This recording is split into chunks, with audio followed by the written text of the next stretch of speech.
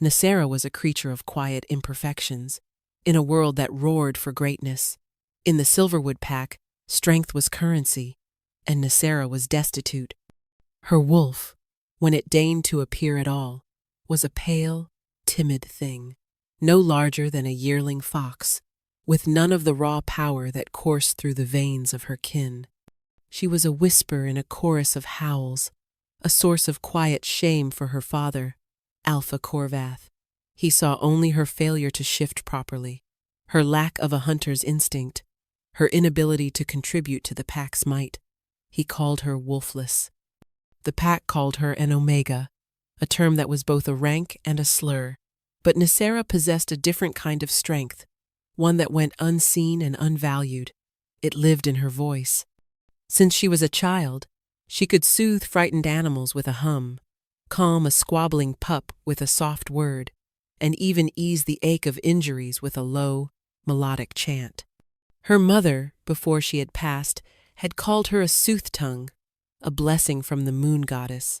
Her father called it a useless parlor trick. After her mother's death, the songs had mostly died in her throat, leaving only a quiet resilience in their place. Her older sister, Thalysra, was everything Nicera was not. Thalysra was the pride of the pack, a warrior with a wolf of midnight fur and amber eyes, her every movement radiating the confidence and power their father craved. Yet, Thalysra never looked at Nicera with disdain. She saw the steel beneath the softness, the quiet courage it took for Nicera to exist in a world that constantly told her she was not enough. The society of the Shifter Kingdoms was a brutal hierarchy. Power was absolute, and at its apex sat the Alpha King of Umbra, Vilethor. His name was a shadow that fell over all the packs. He was a creature of legend, more myth than man. They said his wolf was the size of a bear, born of shadow and fury. They said he had carved his throne from the bones of his enemies, and they said he was silent. No one living had heard the Alpha King speak. Paragraph: once a year, the king demanded the tribute of silence. A single omega, wolfless or weak, was to be sent from a chosen pack to his obsidian keep for 1 full year. None ever returned. What happened to them was the subject of whispers around every pack fire. Some said they were sacrificed to the dark spirits of the mountains. Others said the monstrous king simply grew bored and devoured them. This year, the royal summons bore the seal of the Silverwood Pack. A palpable fear had gripped her people for a week. Tonight, in the great hall, her father would announce the tribute. Nicera stood near the back, trying to make herself small, invisible. She knew, with a cold, sinking certainty, who he would choose. It was a perfect solution for him: rid himself of his shameful daughter and fulfill his duty to the crown in one fell swoop. Alpha Corvath stood before the hearth, his face a mask of grim authority. The firelight carved deep lines into his weathered face. "The Alpha King has demanded his tribute," he announced, his voice booming through the tense silence. "It is a great, if solemn, honor to serve the kingdom." He scanned the crowd, his gaze deliberately avoiding Nicera's. "We will send one who can best be spared, one whose service will not weaken the pack's defenses." He was choosing his words so carefully, yet every one was a dagger aimed at her heart. She felt Thalysra's hand find hers in the crowd, a warm, desperate grip. "No," Thalysra whispered, her voice fierce. "He wouldn't, but he would." Nicera knew it. She met her father's gaze across the hall, and in his cold, resolute eyes, she saw her fate. There was no malice, she realized with a strange sense of detachment, just cold, hard pragmatism. He was cutting away the weakest part of the pack to ensure the rest survived. "I have made my decision," Alpha Corvath declared. His eyes finally locked onto hers. "Nicera will go. She will represent the Silverwood Pack at the Obsidian Keep." A collective gasp rippled through the hall. Some looked at her with pity, others with a cruel sort of relief. It wasn't their daughter. It wasn't their sister. It was only Nicera, the wolfless one. Thalysra stiffened beside her, a furious growl rumbling in her chest. "Father, you can't! I'll go in her place! Silence!" Corvath roared, his alpha command crashing over the hall. The decision is made. It is not a warrior he demands, but an Omega. Nicera is the only one who fits the summons. Nicera squeezed her sister's hand, a silent plea for her to stand down. Fighting would do no good. It would only bring their father's wrath down on Thalisra. Nicera lifted her chin, her heart a cold, heavy stone in her chest. She would not give her father the satisfaction of seeing her crumble. She would not let the pack see her fear. With a poise she did not feel, she stepped forward from the shadows. "I accept the honor," she said, her voice clear and steady, betraying none of the terror that threatened to consume her. It was the first time her voice had been heard in the great hall in years. It was quiet, but it did not tremble. "I will serve the Alpha King."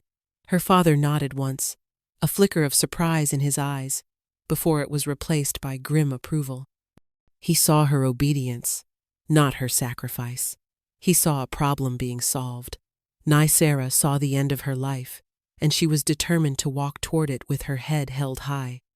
The journey to the Obsidian Keep began at dawn. It was a journey from which no one returned. The Obsidian Keep was a wound in the sky, a jagged fortress of black stone that clawed at the clouds. It rose from the highest peak of the Dragon's Tooth Mountains, perpetually shrouded in mist and menace.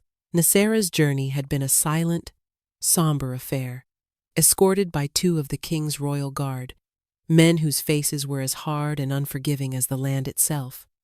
They had not spoken a single word to her, only guiding the carriage higher and higher into the desolate, biting cold. As they passed through the colossal gates, which groaned open like a waking beast, a profound silence fell. It was heavier than the absence of sound. It was a living presence, pressing in on her, suffocating the air. The courtyard was empty, the fortress walls devoid of sentries. It felt less like a royal court and more like a tomb. She was led through cavernous, echoing halls, lit by eerie blue witchlight torches. The air was frigid, smelling of cold stone, ozone, and something else, something wild and predatory that made the tiny, dormant wolf inside her tremble. Finally, they reached a pair of immense doors carved with snarling wolves and ancient runes. One of the guards knocked once, a sharp rap that echoed like a death sentence. The doors swung inward without a sound, revealing the throne room. It was a vast, shadowy cavern of a room, its ceiling lost in darkness. At the far end, upon a throne of what looked like polished obsidian, sat the Alpha King. The rumors had not done him justice. He was a giant, a creature built of muscle and rage, his sheer presence a physical force that stole the breath from her lungs. His dark hair was long and untamed, brushing against the high, cruel collar of his black leather armor. A web of silver scars marred one side of his face, pulling at his eye and lip in a permanent, terrifying snarl. But it was his eyes that truly held her captive. They were the color of molten gold, and they burned with an intensity that seemed to scorch her very soul. They held a pain so ancient and profound it was almost beautiful. Beside the throne stood a calmer, more composed man. He was lean and sharp, with intelligent eyes and an air of quiet competence. This must be Adric, the king's beta and, according to rumor, his only confidant. Nicera was pushed forward gently by the guard, and she stumbled, catching herself before she fell. She kept her eyes lowered, her heart hammering against her ribs like a trapped bird. This was it, the monster from the stories. Adric stepped forward. His voice was smooth and controlled, a stark contrast to the oppressive silence of his king. "You are Nicera of the Silverwood Pack." The tribute. It was a statement, not a question. Nicera found her voice, though it felt small in the vastness of the hall.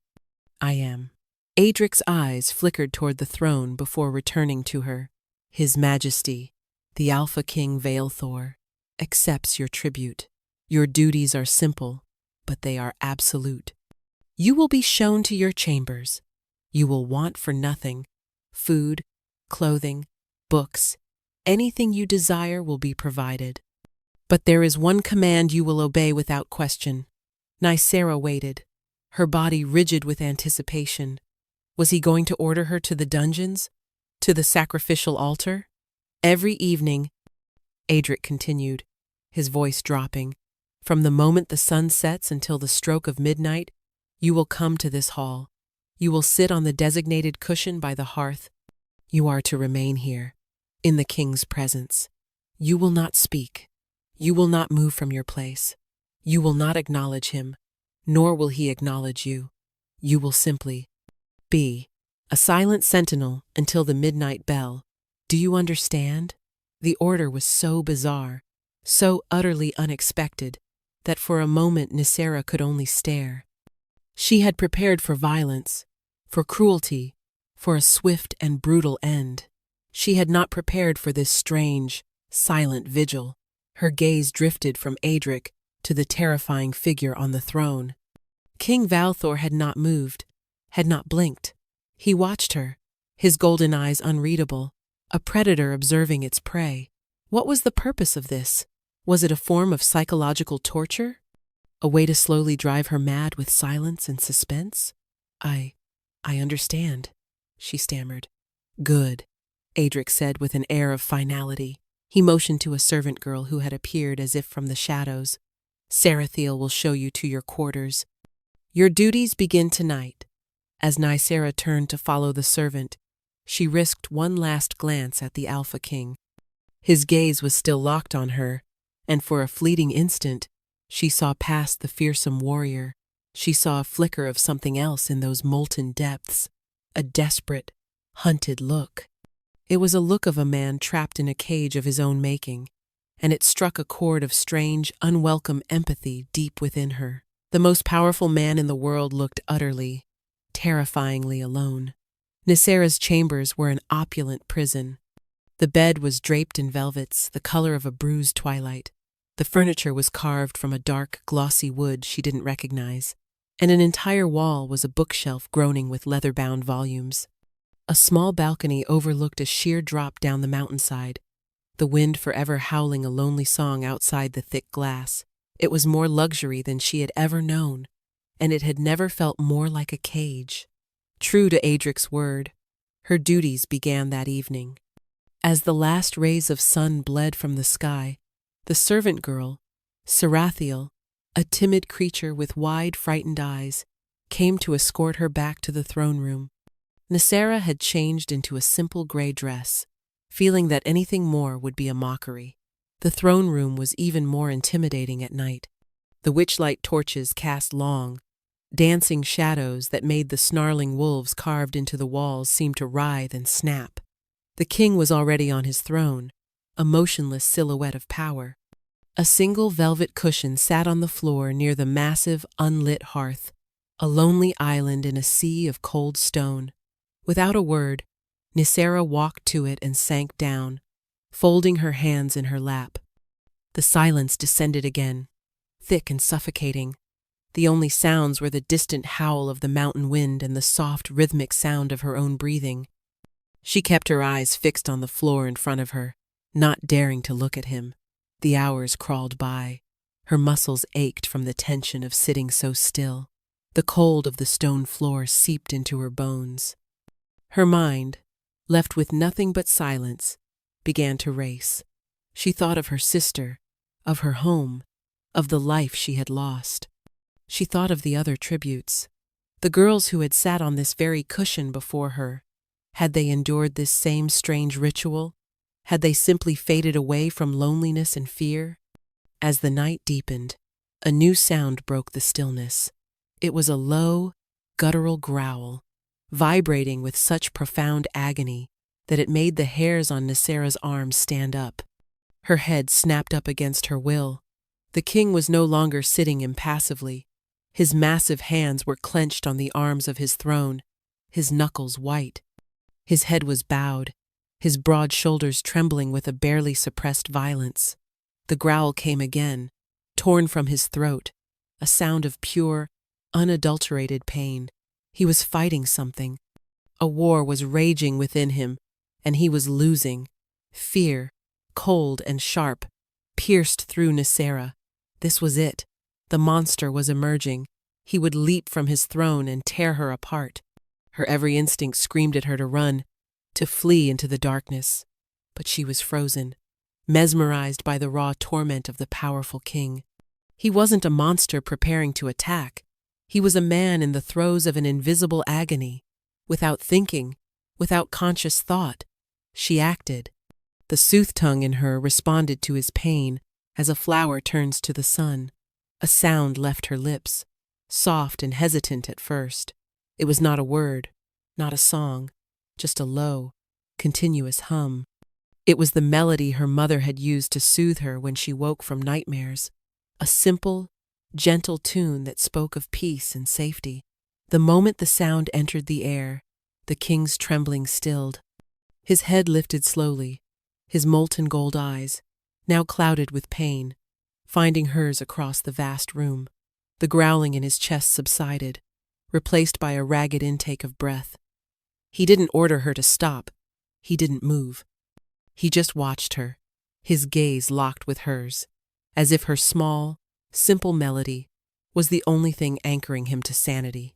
Emboldened, Nicera continued to hum, her voice growing a little stronger, a little more confident. She poured all the empathy she possessed into the sound, all the quiet strength she had nurtured in the face of her pack's scorn. She was not trying to tame a beast, she realized. She was trying to soothe a man. For what felt like an eternity, they remained that way, he on his throne, a titan wrestling with his demons, and she on her cushion, a wolfless omega holding them at bay with nothing but a fragile thread of sound. When the great clock in some distant tower began to chime the hour of midnight, the spell was broken. At the first toll, the tension in the king's shoulders returned, though it was less severe than before. He stood abruptly. For a terrifying second, Nicera thought he was going to come for her. Instead, he turned without a glance in her direction and swept from the throne room through a side door, his dark cape billowing behind him like a storm cloud. Nicera was left alone, her own body trembling from the emotional strain. She had broken the primary rule on her very first night. She had made a sound, yet she had not been punished. As the final chime of midnight faded, Sarathiel appeared at the doorway, her face pale. "Come, my lady," the servant whispered, her voice shaking. "It is time to go." As Nicera rose, her legs unsteady, she knew that something profound had shifted. The strange ritual was not a punishment. It was a necessity. And somehow, her despised, useless gift was the key. The silent, monstrous king needed her voice. Their silent vigils took on a new rhythm. Every night, Nicera would take her place on the cushion, and as the shadows deepened and the king's inner battle began, she would start to hum. Sometimes, when his torment seemed particularly acute, she would let the hum blossom into a soft, wordless song, a lullaby for a tortured soul. He never acknowledged it, never gave any sign that he heard, save for the subtle easing of the corded muscles in his neck and the unclenched fists on his throne. During the days, Nicera explored the castle's vast library, losing herself in tales of ancient magic and forgotten kings. It was a lonely existence, but a peaceful one. She spoke to no one but Sarathiel, and the servant girl remained too terrified to offer more than monosyllabic answers. The king was a ghost, a presence felt but never seen outside the hours of their nightly ritual. She learned to read the subtle shifts in his energy. She could sense the days when his beast was closer to the surface, the air around him crackling with a barely contained power. On those nights, her songs were more urgent, more potent. It was a strange, intimate connection forged in silence and sound, a bond woven between two broken people in a lonely, cavernous room. One afternoon, as she was searching for a book on northern constellations, a new presence entered the library. "So this is where the little songbird hides her feathers." The voice was cultured, but laced with a condescending sneer. Nicera turned to see a tall, impeccably dressed wolf shifter leaning against a bookshelf. He had the same dark hair as the king, but his eyes were a cold, flat gray, and his smile didn't reach them. He radiated an aura of smug superiority. "I am Lord Vanar," he said, pushing himself off the shelf and sauntering toward her. "The king's uncle. And you, I presume, are the latest tribute." He circled her like a shark, his eyes raking over her with open disdain. "I confess, I am surprised. You've lasted longer than the others." Nicera's blood ran cold. "The others?" Vanar waved a dismissive hand. "They never lasted more than a week. The silence, the atmosphere, it tends to break the fragile minds of Omegas. They would weep, or scream, or try to run. My nephew has no tolerance for hysterics. The king has been accommodating," Nicera said carefully, clutching the book to her chest like a shield. "Has he?" Vanar purred, stopping directly in front of her, forcing her to tilt her head back to meet his gaze. "I have heard whispers. The guards say a sound now comes from the throne room at night. A singing. That would be you, I take it, breaking the king's most sacred rule." His proximity was suffocating, his scent cloying and predatory. "I do what I must," she replied, her voice steady despite the tremor in her hands. Vanar laughed, a short, ugly sound. "And my nephew allows it. How curious. He surrounds himself with silence and stone to keep his affliction in check, and yet he allows a little stray to chirp at his feet. You must be a very special little bird." He reached out and stroked a lock of her hair, his touch making her skin crawl. "Be warned, Sooth-tongue. Whatever hold you think you have over him, it is an illusion. He is a beast, a broken thing, and when he finally shatters, he will take you down with him." With a final, chilling smile, he turned and left the library, leaving Nicera trembling, her heart pounding with a fear she hadn't felt since her arrival. Vanar was a different kind of monster, one who wore a civilized mask, and he saw her not as a tribute, but as a threat. That night, the king's agony was worse than she had ever seen it. He was barely holding on, his form trembling so violently the obsidian throne seemed to vibrate with him. The air was thick with the scent of his rage and pain. Vanar's words echoed in her mind. "He is a beast." Ignoring the cold grip of fear, Nicera did something she had never dared before. She rose from her cushion, keeping her movements slow and deliberate. She walked across the vast stone floor until she stood at the foot of the dais. She was so close now she could see the sweat beading on his brow, the grimace of pain that twisted his scarred lip. She began to sing, not just a hum, but a story. An old lay her mother had taught her about a mountain so tall it fell in love with the moon, and how its heart of stone would ache with loneliness every night until the moon's silver light came to soothe it. She poured all her power, all her empathy, into the words, weaving a blanket of sound to wrap around his tortured spirit. Slowly, miraculously, the violent trembling ceased. His ragged breathing evened out.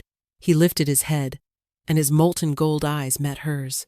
The haze of pain had cleared, and in its place was a raw, aching vulnerability. For the first time, he truly saw her, not as a tribute, not as a duty, but as Nicera. And in that shared gaze, a fragile, unspoken understanding passed between them. He was not a monster. He was a prisoner, and her voice was, for now, his only key. The full moon was a malevolent eye in the sky, bathing the mountains in a harsh silver light. Nicera felt its pull in her blood, a restless energy that even the weakest of shifters could not ignore. All day, a palpable tension had gripped the obsidian keep.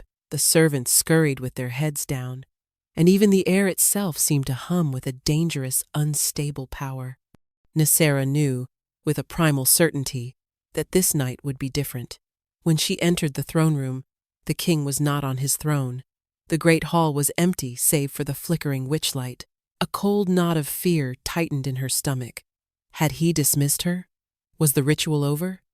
Then she heard a sound from behind the throne, a choked cry of pain followed by the sharp crack of splintering wood. She hesitated for only a moment before her concern overwhelmed her fear. She moved silently around the obsidian throne and through the archway of the side door he always used. It led to a small, private antechamber. Its only furniture, a heavy wooden table and a few chairs. Or what was left of them. The table was overturned, and the chairs were smashed to pieces, and in the center of the destruction knelt King Werewolf. He was shaking, his back to her, his head in his hands. A low, continuous growl rumbled from his chest, a sound of such despair it broke her heart.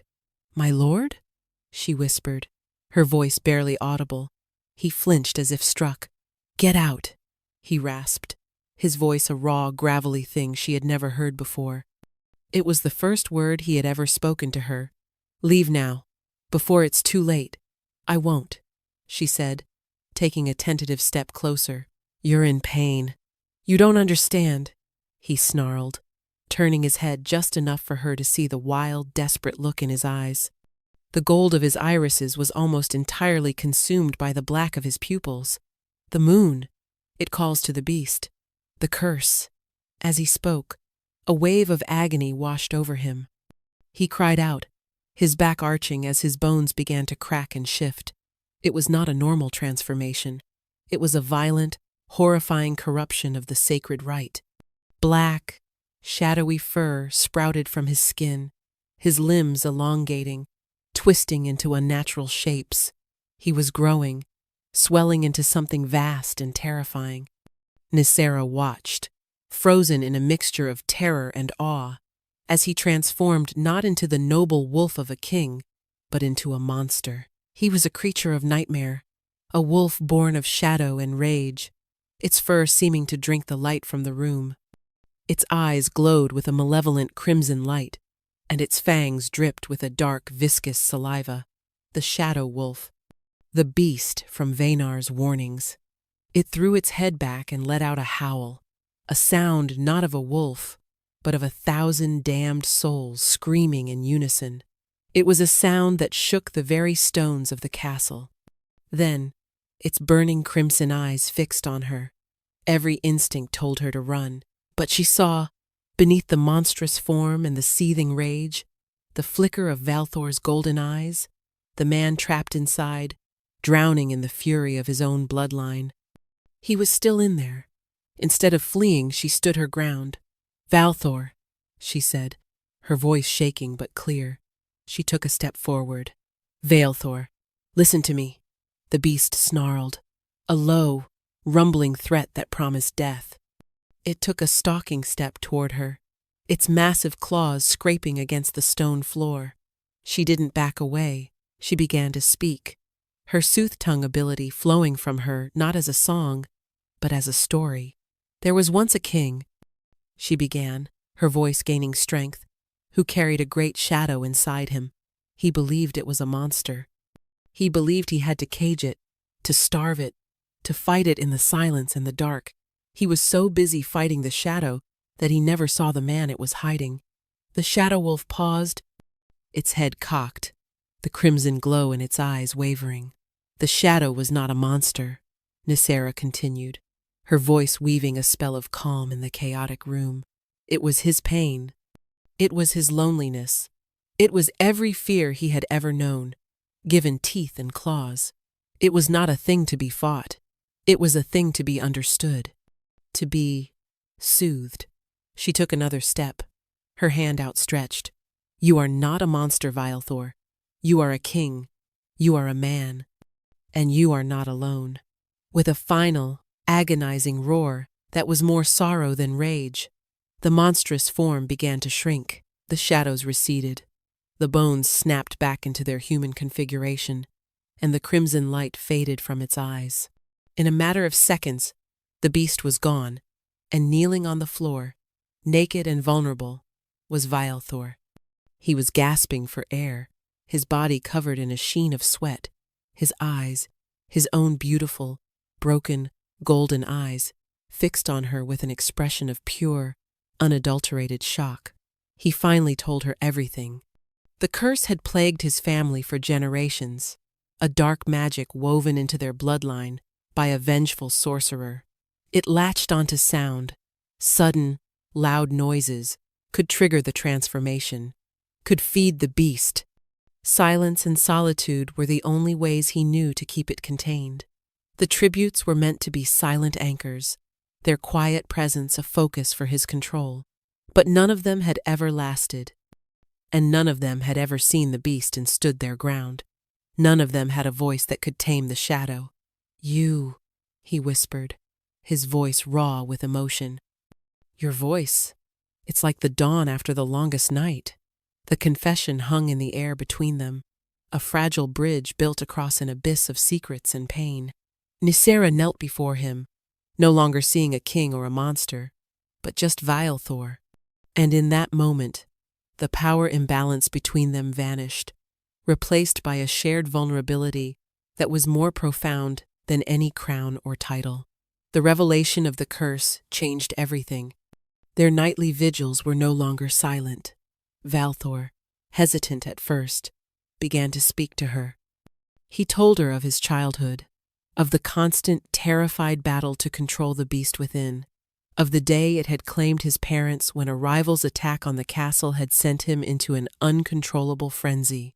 His uncle, Veinar, had used the tragedy to secure the regency, fostering the terrifying legend of the Silent King to keep Vialthor isolated and dependent. Nicera, in turn, told him of her life, of being the wolfless Omega, of the shame and the quiet strength she had found in her solitude. He listened with an intensity that made her feel seen for the first time in her life. He did not see a defective Omega. He saw the woman whose voice had saved him. Their bond deepened with every shared word, every quiet moment. The cavernous throne room began to feel less like a prison and more like a sanctuary, but they both knew the peace was fragile. Veinar watched them from the shadows of the court, his cold gray eyes filled with a calculating hatred. He knew something had changed, and he was waiting for the opportune moment to strike. The moment came with the annual summons for the Trial of Alphas, a traditional gathering where pack alphas could air grievances or issue challenges. The brutish alpha of the Stonefang pack, a known ally of Veinar, issued a formal challenge to Vialthor for a tract of disputed land. It was a blatant political maneuver. A refusal would show weakness, but accepting meant a public duel. "It's a trap," Vialthor said, pacing his antechamber the night before the duel. The full moon was still a week away, but the stress of a public fight, the clang of steel, the roar of the crowd, it was all a perfect trigger for the curse. "Veinar wants me to lose control in front of the entire kingdom. He wants to expose me as a monster so he can seize the throne." "You won't," Nicera said with a conviction that surprised even herself. She went to him, placing her hands on his chest, feeling the frantic pounding of his heart beneath her palms. "I will be there. You will hear my voice, and it will be your anchor." "It's too dangerous," he argued, his hands coming up to cover hers. The simple touch sent a jolt of electricity through her. "He will see you as a target. I am already his target," she countered softly. "Let me fight with you, in my own way." The dueling ground was a circle of packed earth in the main courtyard, surrounded by the grim-faced alphas of the shifter kingdoms. Veinar stood on a raised platform, a smug, anticipatory smile on his lips. Nicera was seated with the other dignitaries, her heart a frantic drum against her ribs. Vialthor strode onto the field, clad in black armor, his great sword in hand. He was magnificent and terrifying, the Alpha King in his full glory. The Stonefang Alpha, a hulking brute named Malric, met him in the center, brandishing a massive axe. The fight began. It was a brutal ballet of violence. The clang of sword against axe echoed through the courtyard, each impact sending a visible shudder through Vialthor. He fought with incredible skill, but he was holding back, his movements stiff, his focus divided between his opponent and the beast roaring within. Malric, sensing his distraction, pressed his attack, his blows becoming more reckless, his taunts louder. "What's wrong, Silent King?" Malric bellowed, his axe crashing against Vialthor's shield. "Has the cat got your tongue? Or are you just a coward?" The crowd roared. The noise, the aggression, the smell of blood in the air, it was all too much. Nicera saw the shift in Vialthor. His golden eyes began to darken, a low growl escaping his lips. He was losing control. The shadow wolf was clawing its way to the surface. Veinar leaned forward on his platform, his eyes gleaming with triumph. This was the moment he had engineered. Nicera could not let it happen. Damn the protocol. Damn the rules. She stood up, ignoring the gasps of the alphas around her. Lifting her chin, she focused all her will, all her connection to Vialthor, and she began to sing. It was not a loud song, but her sooth-tongue voice carried, cutting through the din of the crowd and the clash of steel. It was a song of strength and stillness, of a mountain that withstands the fiercest storm. Vialthor faltered, his head snapping toward the sound of her voice. His eyes found hers across the courtyard, and in that instant, the darkness in them receded. He took a deep, steadying breath, his stance solidifying. The anchor had found him, but Malric saw his moment of distraction. With a roar, he swung his axe in a wide, deadly arc, not at Vialthor, but at the stands directly at Nicera. Time seemed to slow. There was no time for Vialthor to block the attack. In a flash of pure instinct, a desperate act of defiance against her fate as a victim, Nicera did not scream or cower. She threw herself sideways, tumbling over the bench, the massive axe head shattering the stone where she had been standing just a second before. The entire courtyard fell silent. An attack on a non-combatant, an Omega no less, was a profound dishonor, but it was Vialthor's reaction that truly shocked the court. A roar of pure, untainted alpha fury erupted from his chest. This was not the growl of the shadow beast. This was the rage of a king whose queen had been threatened. He moved with a speed that was terrifyingly natural, disarming Malric with a single, brutal blow that sent the axe flying and shattering the man's arm. He pressed the tip of his greatsword to Malric's throat, his golden eyes blazing with a righteous fire. Then he spoke, his voice, unheard for years, booming across the silent courtyard, filled with an authority that was absolute. "The duel is over. The challenge is forfeit. You will kneel." Malric, whimpering in pain and terror, immediately fell to his knees. Vialthor did not spare him another glance.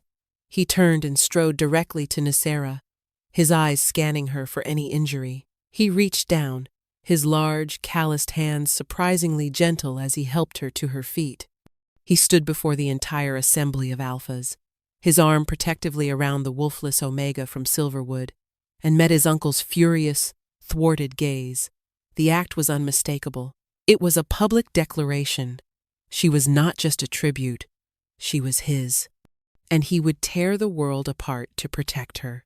The annual Solstice Gala was the pinnacle of the court's social calendar, a night of feasting and dancing to celebrate the longest night of the year. This year, however, it was a stage set for a final, desperate power play. Veinar, his plans thwarted at the duel, was no longer hiding his ambition. The air in the grand ballroom was thick with tension, the whispers of the assembled nobles and alphas charged with conspiracy. Nicera, standing beside Vialthor at the head of the room, felt the weight of hundreds of resentful eyes. She wore a gown the color of midnight, a gift from Vialthor, but felt as exposed as if she were in rags. "He will make his move tonight," Vialthor murmured to her, his hand resting reassuringly on the small of her back. Since the duel, he had not left her side. "Be ready for anything. As long as I am with you, I am ready for everything," she replied, her voice soft but firm. The feast was a tense affair. Midway through, Veinar rose from his seat, a goblet of wine in his hand, a venomous smile playing on his lips. "A toast!" he called out, his voice silencing the room. to the Alpha King, a king who has, for so long, hidden behind a wall of silence, a king who has finally found his voice, thanks to this, Omega. He gestured dismissively at Nicera. But I ask you, my fellow Alphas, what is the reason for that silence? What dark secret has our mighty king been hiding from us all? He was doing it. He was exposing the curse to everyone. Panic flared in Nicera's chest, but she met Vialthor's gaze and saw the calm resolve there. They had known this was coming. My uncle speaks of secrets.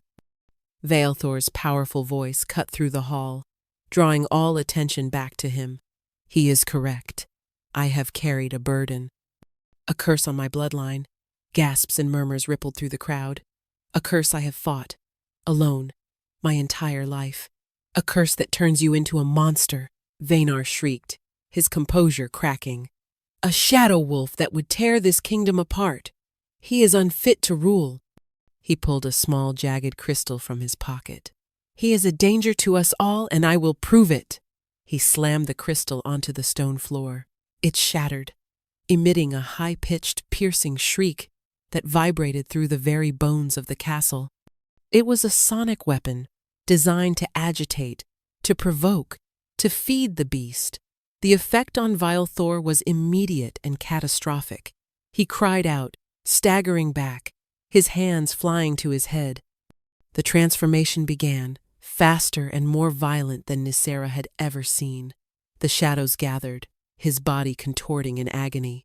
The nobles screamed and scrambled back, overturning tables in their terror. From the shadows, a dozen assassins, Vaynar's personal guard, emerged, their blades drawn and coated with a sickly green poison. The shadow wolf was forming, its crimson eyes burning with mindless rage. This was Vaynar's endgame: force the transformation, then have his assassins slay the monster, allowing him to seize control as the kingdom's savior.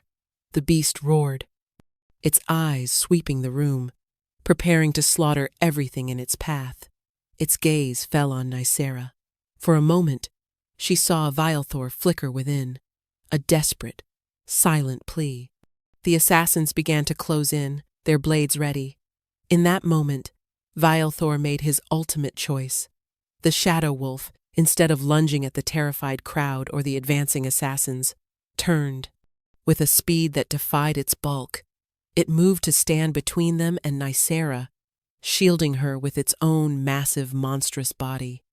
It chose to protect her above all else, even if it meant exposing its back to its enemies. "Now!" Vaynar screamed. "Kill the beast!" The assassins lunged. Several poisoned blades sank deep into the shadow wolf's hide.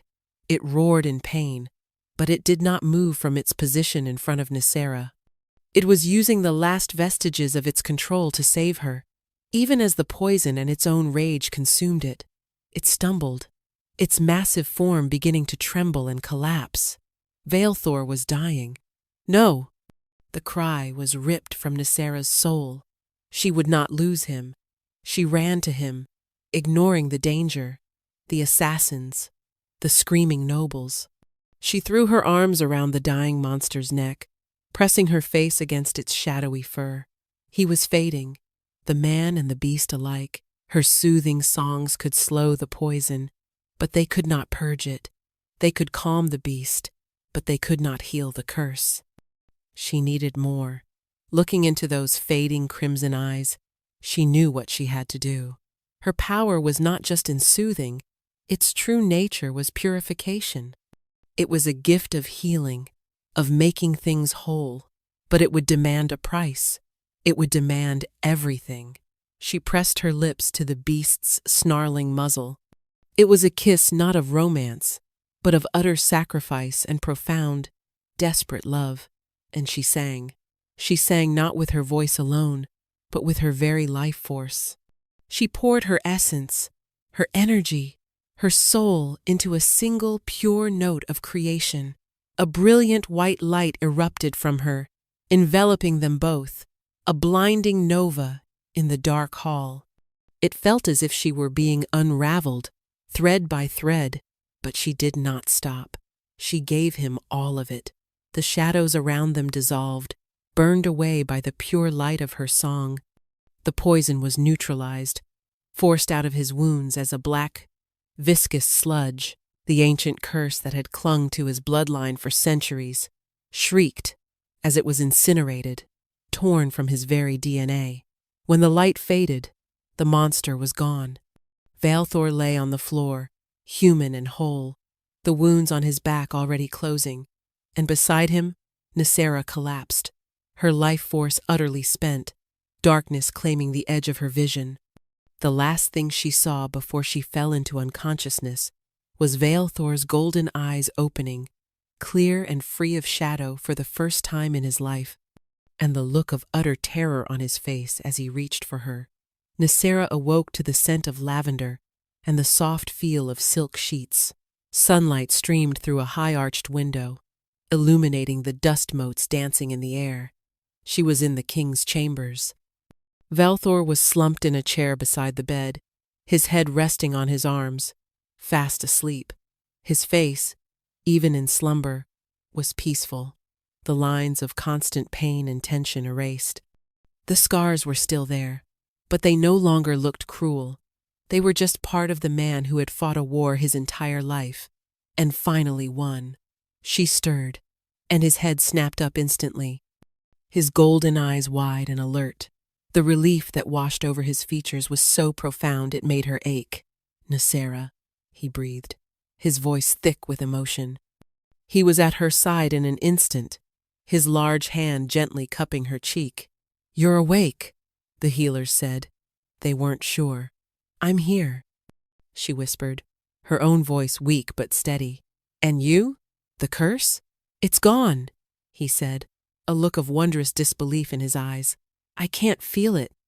For the first time, my mind is quiet. You saved me, Nicera. You gave me everything. You saved me first," she countered, her fingers tracing the scar by his eye. "You chose me."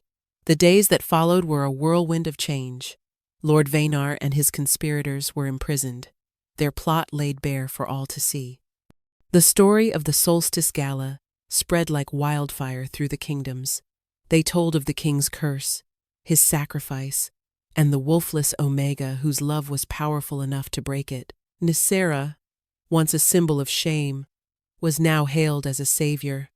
Her weakness had been revealed as a power greater than any brute strength, the power to heal, to purify, to love unconditionally. A week later, Valthor convened all the visiting alphas in the throne room. He stood on the dais, not in armor, but in royal blues and silvers, looking every inch the king he was born to be. Nicera stood beside him, her hand in his. "For too long our kingdoms have valued only one kind of strength," Valthor announced, his voice ringing with a newfound clarity and confidence. "The strength of the claw, the fang, the blade. We have shunned those we deemed weak, casting them out, blind to their true worth." His gaze fell on Nicera, and his expression softened with a love so fierce it was a tangible thing. "This woman, sent to me as a tribute, dismissed by her own pack as wolfless, possesses a strength that saved not only my life, but my very soul. She has reminded us that compassion is not a weakness, and that true power lies in the courage to heal rather than to break. Our world is changing. A new era begins today." He turned to Nicera, his golden eyes burning with devotion. "Nicera of Silverwood, you came to this castle as a tribute, but you became its heart. You were my anchor in the darkness. Now, be my light for all our days to come."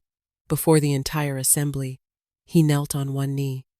He took her hand, and in the old shifter tradition, he bit gently into the flesh of his own thumb, drawing a single drop of blood.